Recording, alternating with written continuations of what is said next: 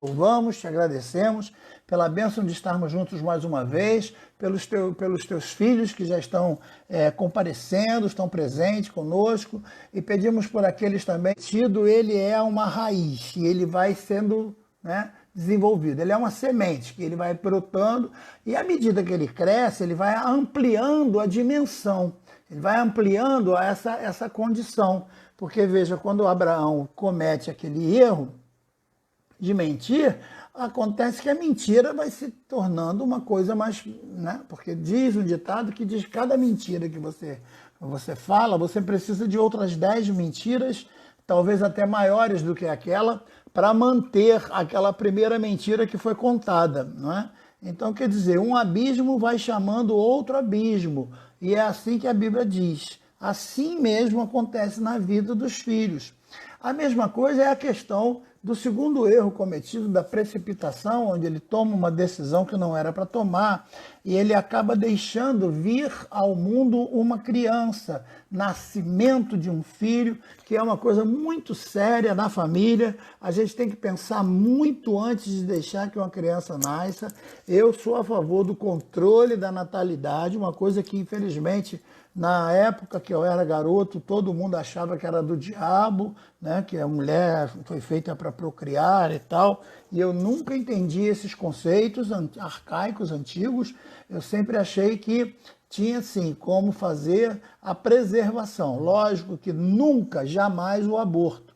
Eu sou completamente contra o aborto. Eu vejo muita gente aí querendo salvar o mico-leão dourado, mas é a favor do aborto. Querendo salvar o tigre da Tasmânia.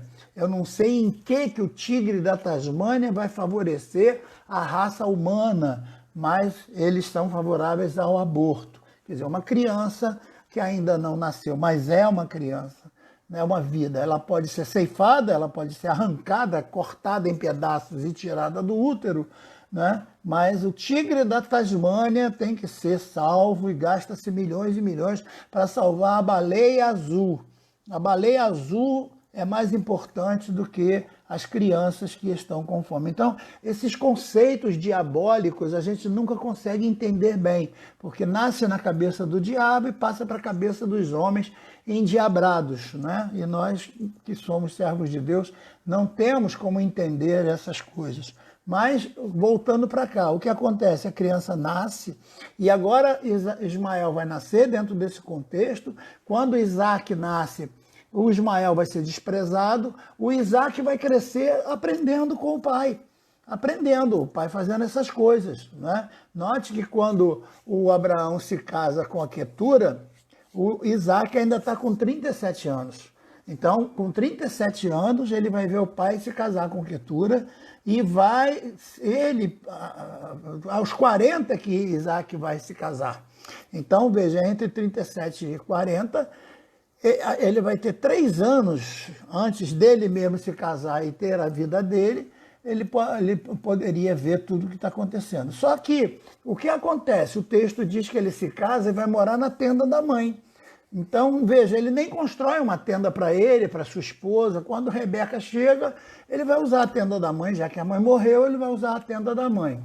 Então, ele vai crescendo ali, vendo o pai já com as suas concubinas e o pai também já com a nova esposa, que era Quetura.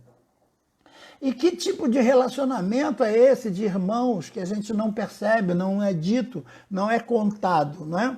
Então, ele vai aprender com o pai a ter esse tipo de comportamento. Então, é isso que nós vamos ver aqui agora. Vamos relembrar os textos para que a gente compreenda as questões das idades. Eu quero ler de novo com vocês as questões das idades, para vocês terem, né, relembrar o fio da meada onde nós pegamos lá. Nós estamos em Gênesis, eu vou estar sempre lendo Gênesis dentro desse contexto aqui, e agora no capítulo 25, do 1 ao 7, você vai perceber o acontecimento entre o casamento de Abraão, a morte de Sara e o casamento de Abraão aos 137 anos de idade, quando ele se casa com Quetura. Deles vão nascer vários filhos, são 6 filhos que vai nascer de Quetura, dentre eles os Midian, que é o pai dos midianitas. tá certo? E o capítulo 25 vai nos dar o versículo 5 e 6, que eu também já li com vocês.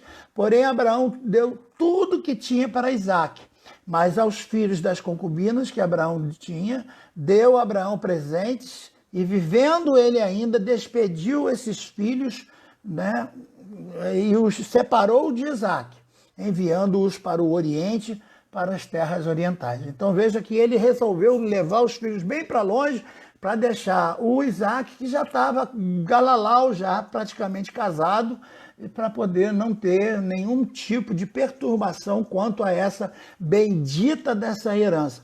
A herança é um problema sério, irmãos. Se existe uma coisa problemática que a gente tem que orar muito, jejuar muito, para que Deus não permita que a gente entre nessa coisa, é essa tal de herança. A herança tem que ser sempre benéfica. A herança deixada para a nossa posteridade tem que ser sempre de frutos maravilhosos. Nós temos que semear coisas boas, semear bondade, semear amor, semear paciência, longanimidade. É o fruto do Espírito que a gente já aprendeu aqui, para que os nossos filhos cresçam dentro disso e aprendam isso, e essa seja a nossa semente. A semente que a gente tem que passar para o coração dos nossos filhos é que você é um pai amoroso, que um pai bondoso, que você é um pai, não importa. Eu não estou me referindo aqui agora do temperamento. Temperamento é uma coisa, que às vezes você fala uma coisa, não devia ter falado, mas depois você reflete, volta atrás, pede desculpas e tal. Lógico que nesse falar você também tem cuidado para não ofender e desprezar a pessoa, porque você é pai, né? A mesma coisa com o neto, a gente tem que ter carinho, e é uma coisa que a gente tem que ter amor, aprender a amar. Infelizmente, tem muita gente que não sabe amar, não sabe. A vida fez com que elas se tornassem bonecos, entendeu? E há outras pessoas que entendem que estão no mundo para serem o centro do universo. Então eles acham que o mundo inteiro gira em torno deles e eles querem tudo para eles. Então primeiro eu, segundo eu, terceiro eu e quarto eu também. Então ele está no centro de tudo. Infelizmente essas pessoas sempre vão ter problemas, sempre vão passar problemas e sempre vão criar problemas com os outros, né? Porque ele aprende assim, ele foi criado desse jeito, ele vai crescer desse jeito. O que vai acontecer? Quando esses presentes são dados para esses filhos todos de Abraão, é criada então uma inveja, é criada uma situação de intriga. E aí vão começar esses filhos todos a semear contenda cada vez mais que vão crescendo. Então, cada vez mais vai havendo contenda nessa família e quem semeou primeiro vai semeando muito mais. E agora, Isaque vai herdar toda essa coisa que estava já no coração do que aconteceu com Ismael, que aconteceu com os outros filhos, e Isaque também vai herdar, porque ele está sendo favorecido nessa história. Isaque não pediu para nascer, mas está vendo tudo isso, está acompanhando tudo isso, está calado, está achando muito bom, porque é tudo dele, tudo para ele. Eu não sei se eu faria a mesma coisa, tudo para mim e nada para ninguém, se fosse uma herança, né? Então veja no capítulo 25 que Isaque vai se casar aos 40 anos com uma mulher que era estéril, eu já falei só isso para vocês, e veja que ele vai ficar em oração durante 20 anos. E aí vem o capítulo 25, verso 26, lá no capítulo 25, verso 26, que diz: depois saiu o seu irmão agarrando a mão ao calcanhar de Esaú. Por isso chamou seu nome Jacó. E aí o restante do texto é o que é importante para a gente, do versículo 26. Veja que Jacó vai nascer com a mão agarrada no calcanhar do irmãozinho. Então, coisa de recém-nascido, né? Gêmeos, era um parzinho de gêmeos. Então, o primeiro recebe o nome de Esaú. Esaú é o vermelho, é o roxo, é aquele roxo, é o que é forte, né? Tem a ideia do tudo que vem do touro vermelho, aquela coisa. Já o outro é o franzino, é o Jacó, é o que tenta passar à frente, é o que tenta suplantar, é o que tenta ludibriar, é o que tenta passar à frente do outro.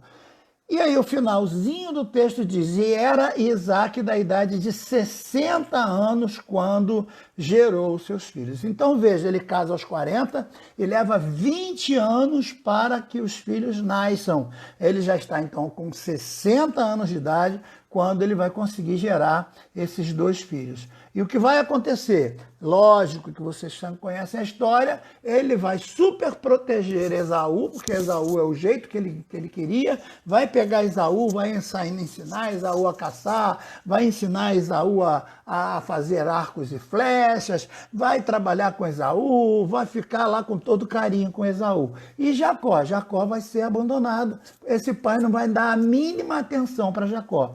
Entretanto, Jacó vai ser apadrinhado pela própria mãe e Rebeca vai dizer, bom, então ele fica aqui comigo. Ele vai morar na casa da mãe, na tenda da mãe.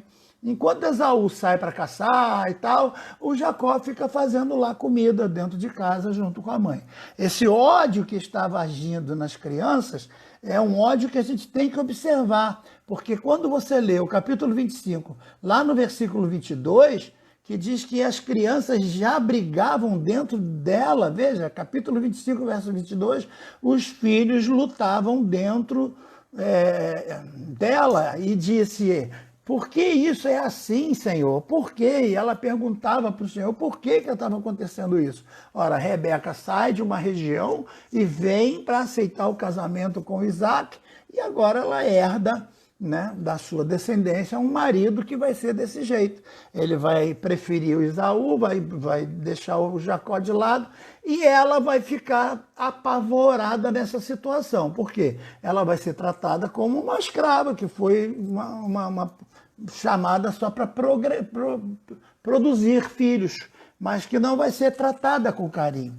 Eu não gosto muito quando alguns comparam Rebeca com a igreja, Isaac com Jesus, não gosto muito não, porque não vejo nesses dois essa tipificação quando eu analiso o caráter de todos, certo? O casamento de Rebeca também não gosto que seja usado como exemplo, porque é um casamento estranho, não é um casamento feito por amor, é um casamento feito por interesse. A Rebeca aceita presente para poder casar, quer dizer, é o dote, né? E as coisas ficam meio estranhas. É um casamento que não tem nada a ver com o nosso contexto, onde existe amor, onde existe sinceridade, onde existe o carinho, o afeto, as coisas que são necessárias para manter um casamento como nós achamos que tem que ser, não é isso? Então, o que vai acontecer? Quando Esaú quando o Isaac traz o Esaú para perto dele e despreza Jacó, ao mesmo tempo Rebeca vai desprezar Esaú e vai ficar dando o seu apadrinhamento para Jacó. Até que isso aconteça aos 40 anos. Eles vão ficar 40 anos sendo tratados desse jeito. Isaac vai ser lá uma coisa e o Jacó vai ficar ali com a mãe até os 40 anos. 40 na Bíblia dá pano para manga, para a gente conversar bastante a respeito disso.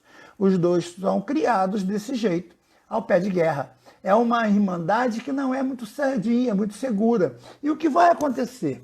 A mãe vai ficar extremamente preocupada, porque ela diz assim, quando Isaac morrer, quem vai assumir tudo é o Esaú. E o Esaú está dando pouco para mim, ele não está nem aí para mim.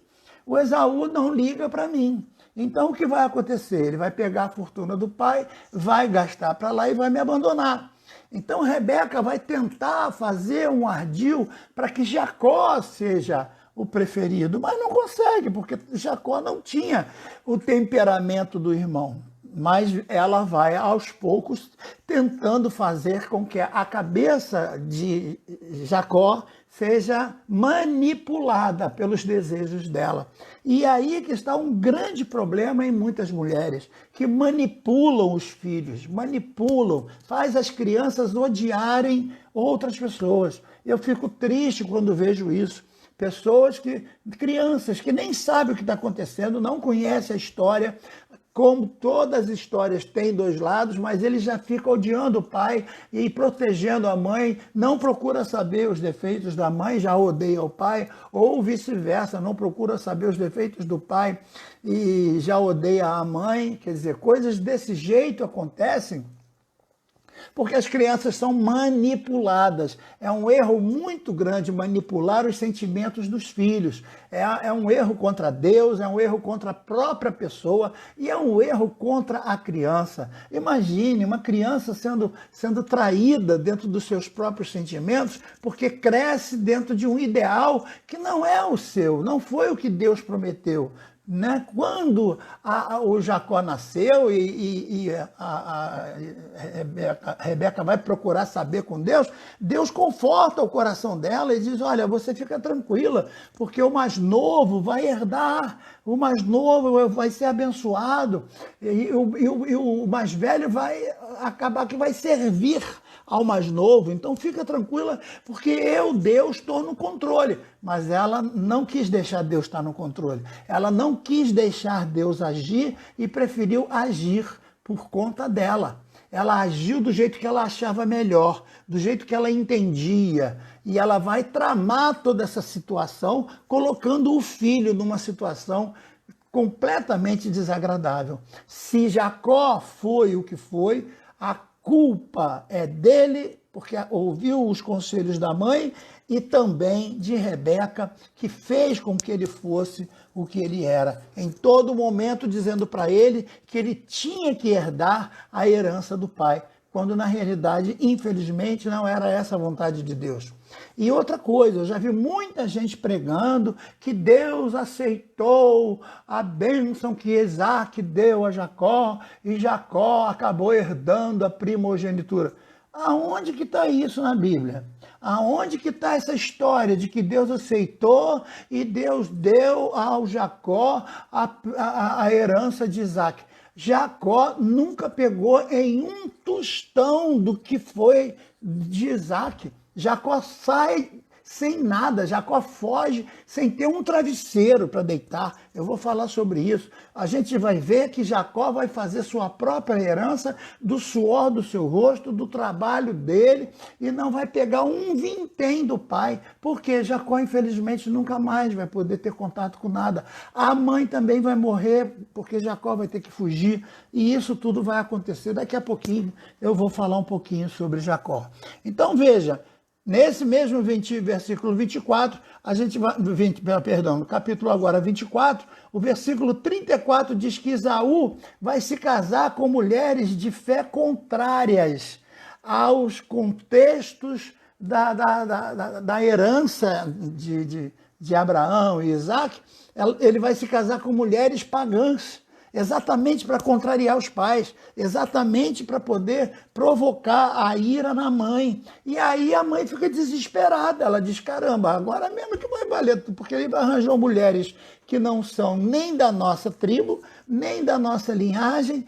Quando o pai morrer, ele vai pegar a herança e vai ficar para lá. Ora, esse Isaac, que cria esse Esaú, dando a ele todo o mimo, todo o carinho, toda a proteção, ele vai crescendo, aprendendo o quê? Todo homem criado com muito mimo, ele fará tudo que os seus impulsos mandarem, tudo que seus pensamentos mandarem, tudo que seus desejos mandarem, e ele vai acabar crescendo como um irresponsável. Ele não vai ter responsabilidade de nada, ele vai fazer exatamente o que ele quiser fazer, ele vai tomar decisões baseadas no seu próprio eu, não vai seguir os métodos das tradições da família e vai se casar com mulheres lá do jeito dele, como ele queria lá. Então veja agora Gênesis 26, o versículo 34, que diz assim, ora, sendo Esaú, da idade de 40 anos,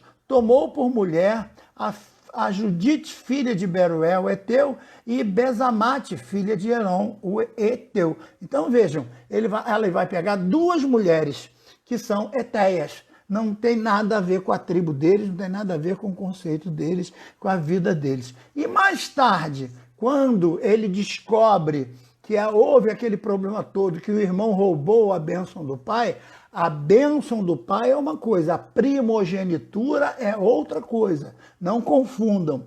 A bênção do pai valeu para Jacó, mas o que não valeu para Jacó foi a primogenitura, porque ele nunca foi o primogênito.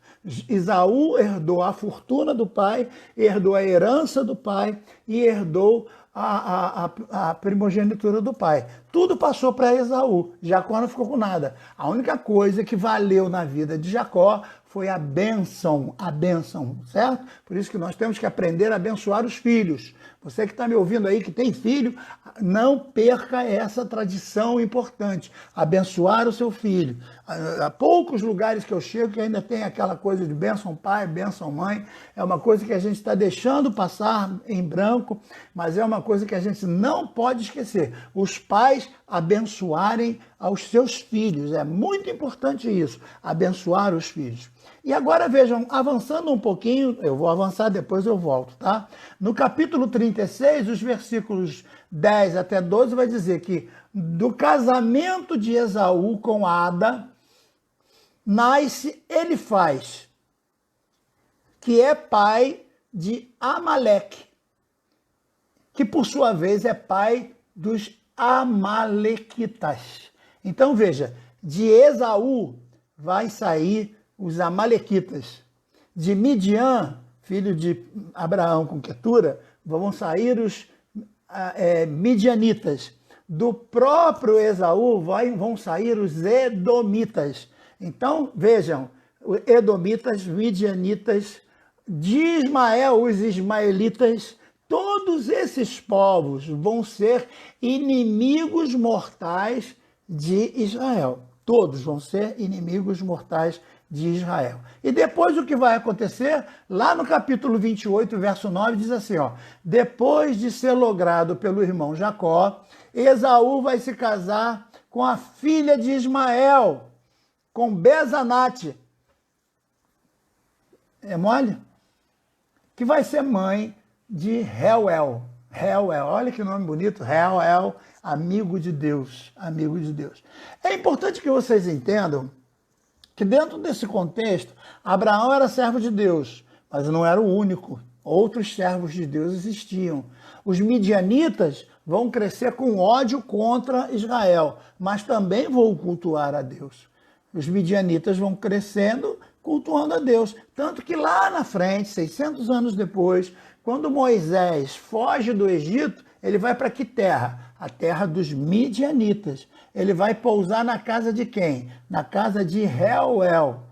Quem é Reuel? Sacerdote do Deus Altíssimo, que vai ter como filha Zípora. A Zípora que vai se casar com Moisés e é uma midianita. Olha, então, não é porque os midianitas tinham raiva dos israelitas que vão ser condenados diante de Deus, não. Então, o que acontece? O indivíduo pode ser crente, pode adorar a Deus, pode ir para a igreja, saltar, virar cambalhota, pregar que é uma maravilha, mas ter ódio familiar na família dele.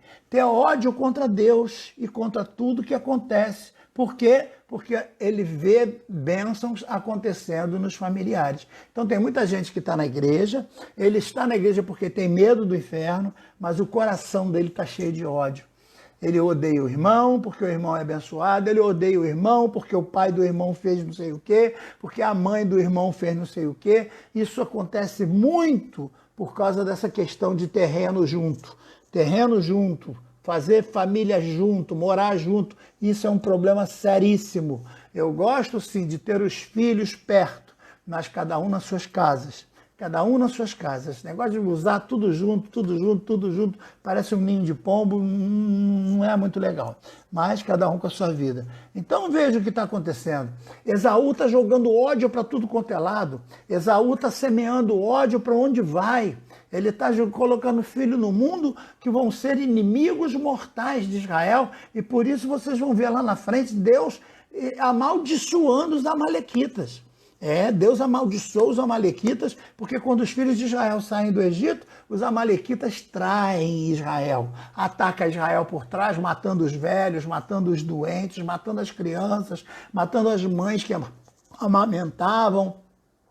Então, os amalequitas acabam atraindo a maldição. Por isso que quando Saul aceita o primeiro como o rei, como ele assume como o primeiro rei, já no período monárquico, no período lá de Samuel, a primeira missão que Deus vai dar para Saul vai ser: vai lá na terra de Amaleque e mata todo mundo. Mata criança, mata vaca, mata bezerro, mata o rei, mata todo mundo. E você fica apavorado, dizendo: não, peraí, Deus está mandando matar todo mundo? Por que Deus está mandando matar todo mundo? Porque existem coisas que, infelizmente, não podem ser resolvidas a não ser matando. Lembrem-se que nós não estamos aqui no período da graça, estamos falando da lei, lá do período da lei de 1000 e tantos anos antes de Jesus, tá certo? Mas, infelizmente, essas coisas vão acontecer.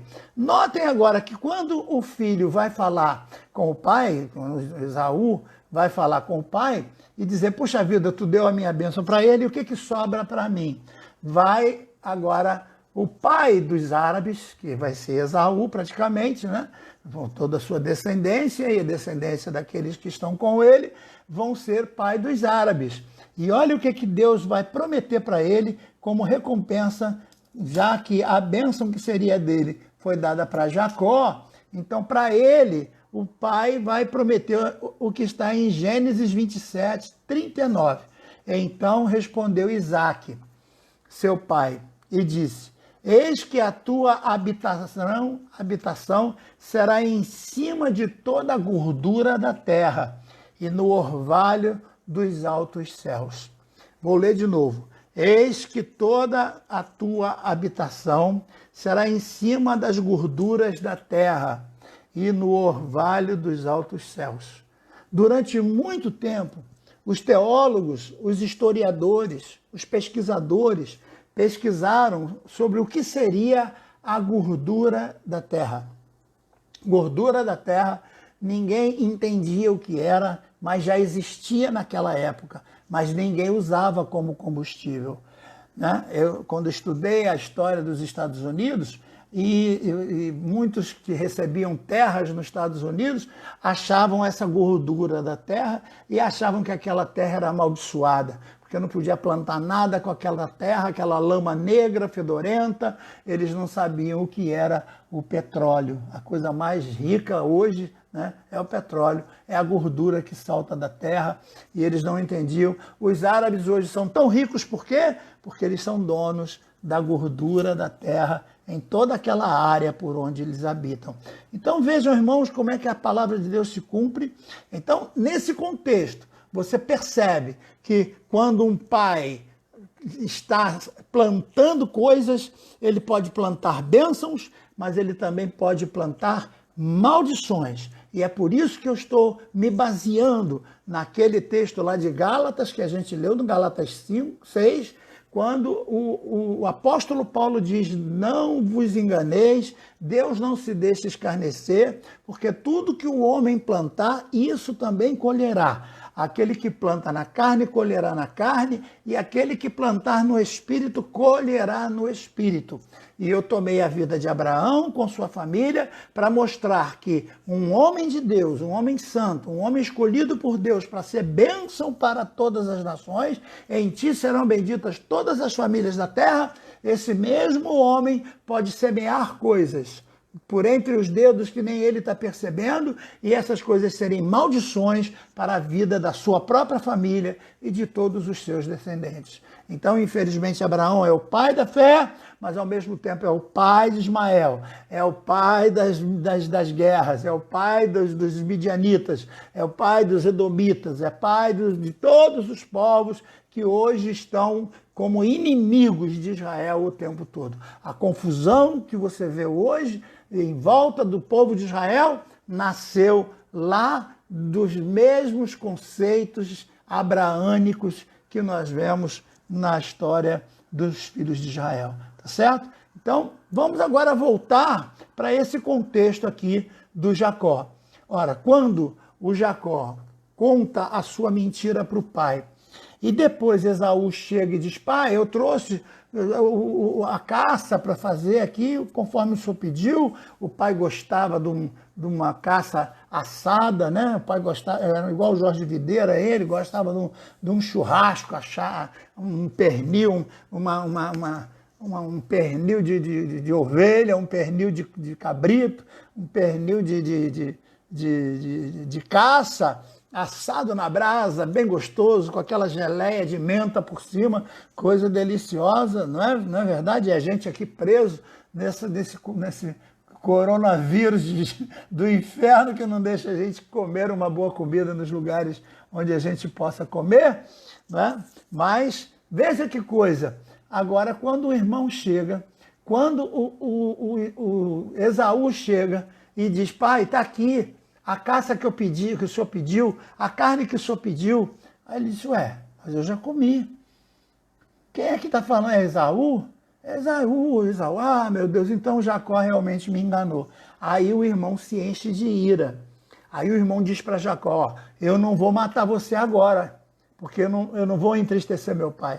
Mas assim que meu pai morrer, você vai morrer também, porque eu vou matar você. E olha o que acontece, o Jacó tem que sair correndo, apavorado. E agora, cadê a mamãezinha que deu todo o conselho? Cadê a mamãezinha que disse a ele, vai lá, veste a roupa do teu irmão, vai lá, bota essa pele aqui, ó, para enganar seu pai. Vai lá, diz a ele que você é o seu irmão para ele te abençoar. Como se a mentira fosse resolver. A mentira não resolve. O que aconteceu? O Jacó saiu fugido, sem nada, sem levar um testão do pai, sem levar um bezerrinho do pai, sem levar uma ovelhazinha do pai. E a prova disso está no texto que nós vamos ler agora. Então, agora eu queria pedir a você que prestasse atenção no texto que nós vamos ler, porque é a prova de que Jacó vai sair sem absolutamente nada da herança. E aí a vida dele agora vai mudar completamente, porque ele que esperava ser o Esaú, o primogênito, o herdeiro de todas as riquezas, porque se Jacó era o homem, o Abraão era o homem mais rico da terra na sua época, agora vai dar toda a sua fortuna para Isaac, que também já era rico.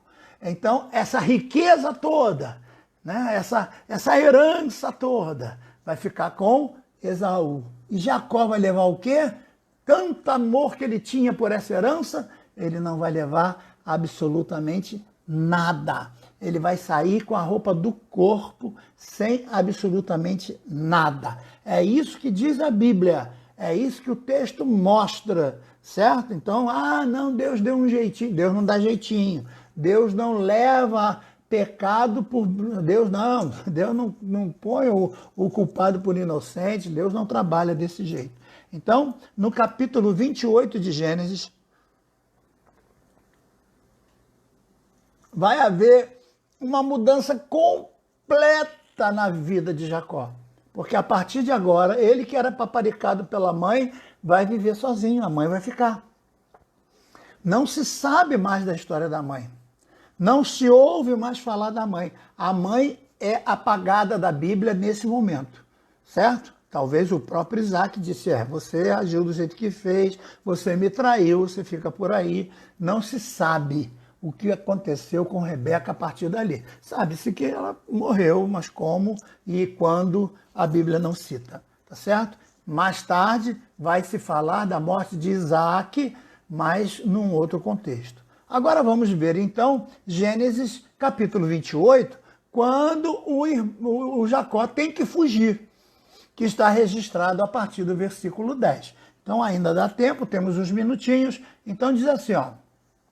E partiu, pois, Jacó de Berseba e foi-se a Harã, e chegou a um lugar onde passou a noite, porque o sol já era posto, e tomou uma das pedras daquele lugar e a pôs por travesseiro. Então veja que ele foge de tal forma que ele não leva nada consigo.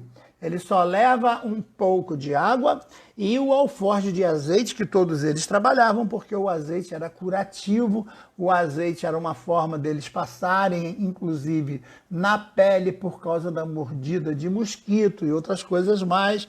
Então o azeite ele era tinha muitas funções, né? Então, sempre alguém que partia para o deserto partia com um pouco de azeite, além da água para beber, certo? Então, a única coisa que ele tem é isso aí, mais nada. E agora ele vai partir e ele não tem nenhuma mochila para botar como travesseiro. Ele não tem nem um cobertor para se cobrir. Ele não tem nada, ele está sem nada. Aquele que almejava tudo, agora ficou sem nada. Aquele que ansiava ser o grande, o primeiro, agora está sendo tratado como um nada, um verme, um vagabundo, um mendigo, completamente mendigo, certo? Abandonado ao nada. Então, às vezes, eu quero te dizer uma coisa, às vezes Deus permite que você chegue a uma situação dessa, do fundo do poço, do zero dos zeros, para que você possa acordar que além de todas as coisas que te cercam, existe um Deus poderoso no céu que está olhando para você. E você precisa aprender que esse Deus é Senhor de tudo e pode ser Senhor da tua vida também.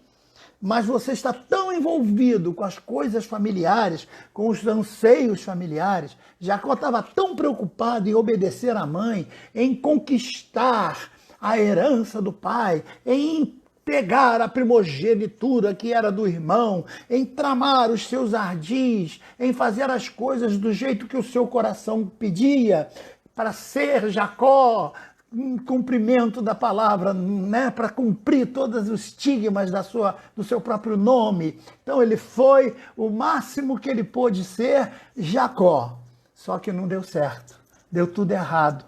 O resultado disso tudo foi nada. O resultado disso tudo foi miséria, foi sarjeta, foi abandono total. Teve que fugir apavorado, com medo do irmão. Talvez essa noite tenha sido sobressaltada. Como é que eu vou pegar no sono? Meu irmão pode aparecer a qualquer momento para me matar, porque meu irmão disse que ia me matar tão logo o meu pai falecesse. E ele foge apavorado, e agora cansado ele se deita, coloca uma pedra como travesseiro e ali se deita naquele lugar. E o versículo 12 vai dizer o seguinte: e sonhou. Às vezes é necessário que Deus fale conosco por sonho, porque se ele falar por ouvidos, a gente não ouve. Se ele falar audivelmente, a gente não ouve. Se ele mandar um profeta, a gente quer briga com o profeta. Então aí Deus fala conosco pelo sonho. Está entendendo isso? E olha o que está acontecendo. E sonhou. E eis que uma escada era posta na terra, cujo topo tocava no céu. E eis que os anjos de Deus subiam e desciam pela escada. Olha, uma ligação do céu com a terra. Olha o que Jacó está vendo, que maravilha. E a gente já falou aqui em lives anteriores, você pode procurar lá no YouTube, que eu tenho uma live especificamente para falar de Jesus sendo a escada de Jacó. Jesus era a escada de Jacó, e você pode pesquisar sobre isso lá, tomando o texto de João, né, para poder dar base a isso aí. E olha o que ele vai ver, os anjos subindo e descendo sobre a escada. Ele está vendo então que a comunicação entre Deus está acontecendo ali, naquele sonho dele. E ele, no entanto, nem estava pensando em Deus, ele estava pensando só na riqueza do pai, em ludibriar o irmão, em obedecer à mãe. E cadê Deus na vida desse indivíduo? Está perdido. E agora ele vai ter um sonho a respeito de Deus. E agora que vai brotar no coração desse Jacó uma nova forma de entender o mundo, uma nova forma de enxergar para as coisas, porque ele antes só estava enxergando para os lados, ele só estava olhando para os lados, só estava olhando para aquilo que estava em sua volta, ele não estava conseguindo contemplar o céu, ele não estava conseguindo olhar para o céu, e através desse sonho ele vai conseguir olhar para o céu. E nesse sonho ele vê a escada que é colocada do céu na terra, possibilitando que quem está na terra suba até Deus. Ele fica impressionado E aí o versículo 13, eis que o Senhor estava em cima dela, olha que sonho maravilhoso, que revelação gloriosa, e disse, eu sou o Senhor Deus de Abraão e de teu pai, Deus de Isaque, esta terra em que estás deitado a darei a ti e a tua descendência, e a tua descendência será como o pó da terra, e estender-se-á ao ocidente e ao oriente, ao norte e ao sul, em ti e na tua descendência serão benditas todas as famílias da terra, e eis que estou contigo, e te guardarei por onde quer que fores, e te farei tornar a esta terra, porque não te deixarei até que haja cumprido tudo que tenho falado. Meu Deus, ele acordou apavorado. Ele disse, meu Deus, o que é isso? Agora vejam como Deus age. Deus age porque o homem merece. Deus age porque o homem fez jejum e subiu a escadaria da penha de joelho, botou não sei quantas garrafas lá na encruzilhada. Deus age porque o homem mereceu através das vigílias, sei lá do que, do círculo de não sei do que ele foi, das correntes não sei da que. Não, Deus não age porque o homem merece. Deus age porque quer agir. Deus age porque ama. E ainda que você seja um Jacó na vida, Deus está preocupado com você. E se você puder, pelo menos em sonho, ouvir a voz de Deus, já é suficiente para mudar alguma coisa dentro do teu caráter, para mudar alguma coisa dentro da tua forma de ver as coisas. É necessário que você entenda que a vida que você está levando, ela está sendo vista por Deus, e Deus, ele está querendo salvar você, querendo transformar você. Deus não vai lançar teu pecado em rosto, Deus não vai punir você, ele, pelo contrário, ele quer salvar você, ele quer trabalhar com você. Lógico que as consequências do que você plantou vão ser colhidas, mas com Deus você vai ser poderoso. E olha que ele vai receber agora a herança de Deus. Então a bênção de Jacó, que veio de Isaac, valeu. Olha, o que Deus prometeu para Isaac, prometeu para Abraão, agora está prometendo para Jacó. Então a bênção valeu. O que não valeu foi a primogenitura. O que não valeu foi a herança. Então, às vezes, nós lutamos tanto pela herança e perdemos a bênção. Às vezes, nós lutamos tanto pelos bens materiais e perdemos a bênção. A bênção é muito mais importante do que a herança. A bênção é muito mais importante do que os bens, as vacas, as ovelhas, os cabritos, as terras, nada disso presta. É melhor que você saia sem nada, mas com a bênção de Deus. E o que vai acontecer? Ele vai ficar apavorado. E o versículo 16 diz assim, ó, e acordando, pois, Jacó do seu sonho, disse, na verdade o Senhor está neste lugar e eu não sabia. Muita coisa você não sabia, Jacó. Muita coisa, você já tem 40 anos de idade, tua mãe nunca te ensinou o que era servir a Deus. Tua mãe nunca te ensinou a fazer um culto, fazer um sacrifício ao Senhor. Tua mãe nunca disse nada com respeito à religiosidade importante da tua família. Não, tua mãe só te ensinou a mentir, a ludibriar, a enganar o pai, a enganar o irmão, por causa das questões da herança. E por causa da herança, você foi Jacó o tempo inteiro. Mas já chegou a hora de você conhecer Deus e ter um outro plano na sua vida, ter uma outra atitude em direção a Deus, para que você possa ser abençoado a partir daqui. E o que vai dizer? E ele disse, e temeu, e disse, quão terrível é este lugar. Este não é outro lugar senão a casa de Deus, Betel, casa de Deus. E esta é a porta do céu. Então, versículo 18, levantou-se Jacó pela manhã de madrugada, tomou a pedra que tinha posto por travesseiro e a colocou como coluna. Ele fez uma coluna de pedra e botou a pedra que ele tinha colocado como travesseiro por cima e marcou aquele lugar.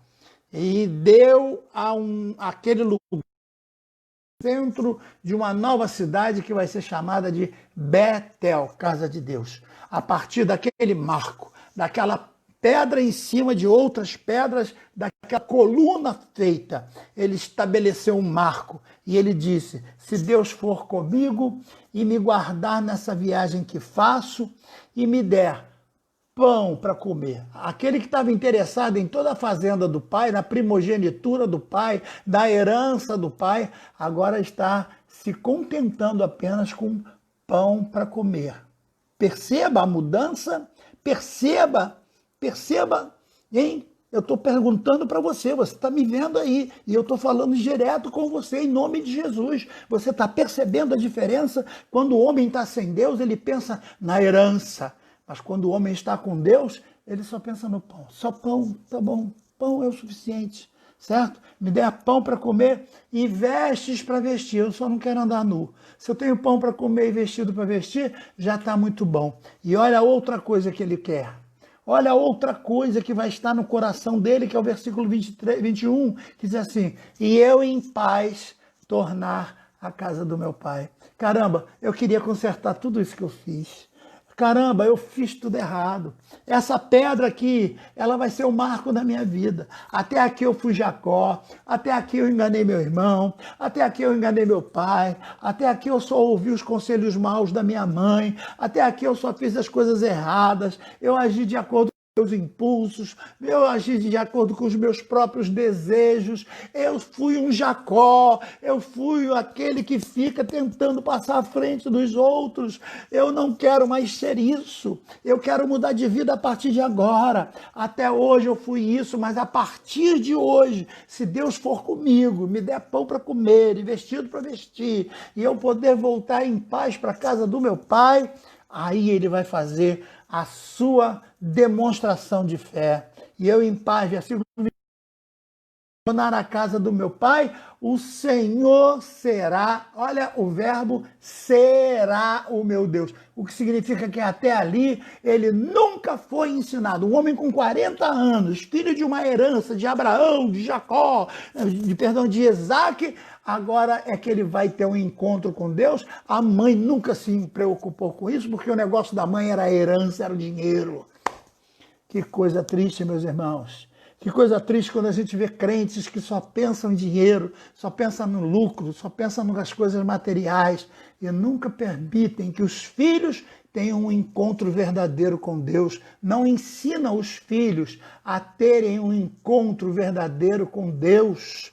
Então, nós falamos tanto em Deus, mas não ensinamos as crianças a terem Deus como seu Deus. Eu sempre digo que Deus não tem neto. Então eu tenho que ensinar meu filho que para Deus ele não é neto, para Deus ele tem que ser filho. Para Deus, para o meu netinho, eu tenho que dizer sempre para ele, filhinho, você tem que ser filho de Deus. O pai do Bernardo também tem essa responsabilidade de ensinar para o Bernardo que ele tem que ser filho de Deus, porque Deus não tem neto, Deus não tem bisneto, Deus não tem sobrinho, Deus não tem enteado, Deus não tem parentesco nenhum. A única coisa que Deus tem é você se comporta como filho ou então você não tem Deus. E aí, o que ele vai fazer no versículo 22, e esta pedra que tenho posto por coluna será um marco, a partir de aqui. Toda vez que eu passar por aqui, eu vou lembrar. Até aqui eu fui Jacó. Até hoje eu fiz o que o meu coração mandou. Até hoje eu fiz o que a minha mãe mandou. Até hoje eu pensei em dinheiro, até hoje eu pensei em herança, até hoje eu pensei em tudo que era material. Mas a partir de hoje, eu vou tomar a minha decisão. Deus será o meu Deus e eu serei o servo de Deus e vou fazer aquilo que Deus mandar eu fazer. Eu vou obedecer a esse Deus. Eu serei servo desse Deus. E esta pedra vai ser testemunha. Dessa pedra vai ser a forma de marcar o lugar. Esse vai ser um marco na minha vida. E o que ele vai fazer? Colocou a pedra como coluna e disse, de tudo quanto me deres, certamente eu darei o dízimo. E ele pegou o azeite que ele tinha, estava com ele na coisa, e jogou sobre a pedra, declarando que a partir daquele dia ele seria diferente. Em nome do Senhor Jesus, ele tomou uma decisão, embora que Jesus não tivesse nascido ainda na época dele, né? É isso que estamos precisando hoje, irmãos. ter uma visão de Deus, nem que seja por sonho. Entendermos que as coisas materiais não levam ninguém a nada. Entendermos que você está na hora de você ver a escada é Jesus. Ela já foi posta na terra. Os anjos já subiram e desceram por essa escada. É o que está escrito lá, compara só João, capítulo 1, versículos 49 e 51. João, capítulo 1, já é no Evangelho, capítulo 1, versículo 49 até 51, que diz assim, ó, e Natanael respondeu e disse, Rabi, tu és filho de Deus, tu és o rei de Israel. E Jesus respondeu e disse, porque te disse, viste debaixo da figueira, tu crês? Coisas maiores do que essa você vai ver. E disse-lhe, em verdade vos digo, que daqui em diante vereis o céu aberto, do jeitinho que Jacó viu. E os anjos de Deus subindo e descendo, do jeitinho que Jacó viu. Mas sobre o Filho do Homem, Jacó viu uma escada, que era o tipo de Jesus. E agora Natanael estava vendo o próprio Jesus. Então, Jesus era a escada que possibilitava o nosso querido Jacó a chegar à presença de Deus. Através da escada, que é Cristo. Através de um tipo, da tipificação de Cristo, da tipologia de Cristo. A tipologia é o estudo dos tipos. Então agora ele vai chegar a essa compreensão. E o que vai acontecer? Vai chegar na casa do tio e vai trabalhar lá sem ter dinheiro, sem ter nada, e vai ter que fazer a sua fazenda sozinho, para conquistar os bens sozinho. Nem um centavinho da herança do pai ficou com ele. Até aqui, ele foi Jacó. A partir de agora, ele quer mudar isso. Ele quer mudar isso. E agora entrou no coração dele uma vontade de agradar a Deus. A partir de agora, ele começa a trabalhar com Deus. Ele começa do nada, do zero, como serviçal de uma fazenda. Ele gosta da filha do dono, mas tem que trabalhar para pagar. Então ele vai ter que trabalhar sem ter salário. E como esse menino sobrevive, só Deus sabe, porque todo o salário que ele tinha era para pagar pela mão da filha. No final, ele ainda é enganado, e isso é situação para a gente conversar depois. Mas eu tenho certeza que a vida de Jacó falou o teu coração hoje. E eu tenho certeza que você que está me ouvindo deve estar querendo saber agora como fazer para deixar toda essa situação de lado. Marca agora a tua história. Hoje, está aqui, ó, dia 25 de junho. 25 de junho de 2020, em plena pandemia, você pode tomar uma decisão de dizer, até aqui eu agi de acordo com a minha própria vontade. Até aqui eu só fiz o que o meu coração mandou. Mas daqui por diante eu serei servo de Deus. E Ele vai ser o meu Deus. Em nome de Jesus. Amém, queridos? Fecha os teus olhos, porque nós vamos orar neste momento. Pai de amor, louvamos ao teu nome, pela tua bênção que está conosco, pela tua graça, Senhor, que estava estabelecida. Nós sabemos, Senhor, que tu és um Deus de bênçãos, de longanimidade, de benevolência, e estás agora contemplando cada um dessas vidas que estão à tua presença. Ó Senhor, tenha compaixão de cada um que ouviu a voz desse teu humilde servo, e que eles possam compreender que é necessário mudar. Deixa as coisas materiais para segundo plano. Em primeiro plano vai ser te contemplar, ver a tua face, contemplar o teu rosto, ouvir a tua voz, fazer com que a bênção sobrepuje a maldição, fazer com que a bênção seja abundante e esqueça de vez, abandone de vez toda a maldição. Porque, irmãos, Senhor, abençoa esses meus irmãos que estão agora tão